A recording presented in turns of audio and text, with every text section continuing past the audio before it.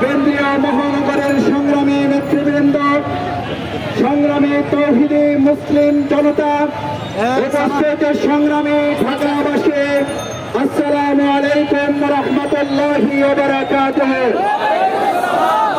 সংগ্রামী তৌহিদি জনতা, ঢাকাবাসী, আজকের এই বিক্ষোভ মিছিল উত্তর সমাবেশে প্রথমে মহান আল্লাহর দরবারে শুকরিয়া আদায় করছি, আলহামদুলিল্লাহ।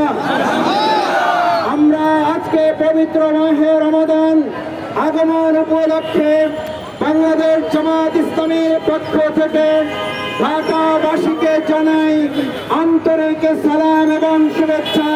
পবিত্র মাহে রমজানের আগমন, শুভেচ্ছা, স্বাগতম।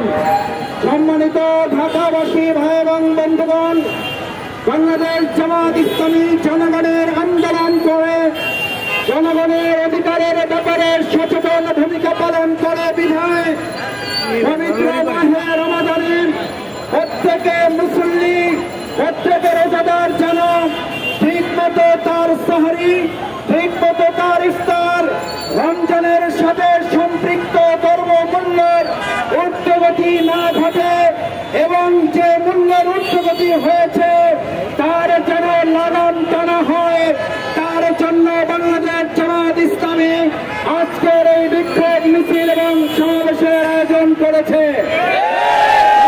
ভাই এবং বন্ধুগণ, আমরা সর্বপ্রথম অন্তর্বর্তীকালীন সরকারের কাছে উদাত্ত আহ্বান জানাতে চাই, দ্রব্যমূল্যের ঊর্ধ্বগতির লাগাম টানতে হবে।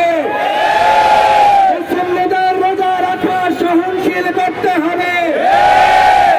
এবং ইফতারের সাথে যে উপাদান জড়িত সেগুলোর মূল্য আরো কমিয়ে জনগণের ক্রয় ক্ষমতার মধ্যে নিয়ে আসতে হবে। আমরা ব্যবসায়ী ভাইদের কাছে অন্তর্বর্তীকালীন সরকারের পাশাপাশি আহ্বান জানাতে চাই, আপনারা 11 মাস ব্যবসা করেন, পবিত্র মাহে রমজানে আপনারা অতিমাত্রায় ব্যবসা করার টার্গেট নির্ধারণ করবেন না। ব্যবসায়ী ভাইরা, আপনারা নিজেরাও নাগরিক, নিজেরাও মুসলিম রোজাদার, পরস্পর রোজাদারের প্রতি আপনারা সহনশীল থাকবেন।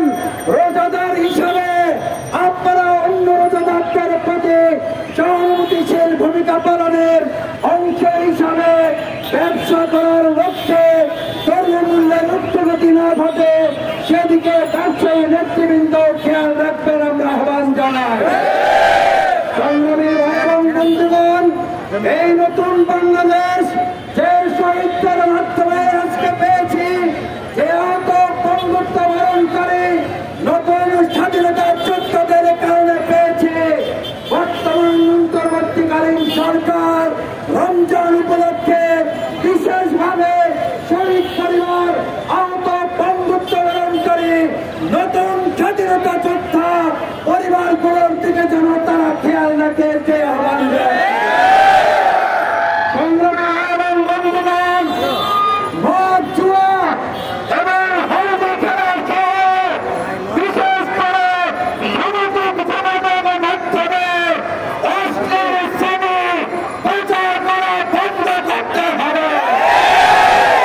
আমরা সরকারের কাছে উদাত্ত আহ্বান জানাই, রোজাদারদের রোজার বিঘ্ন ঘটে এমন কোন কার্যক্রম সরকার পরিচালনায় যারা সহযোগিতা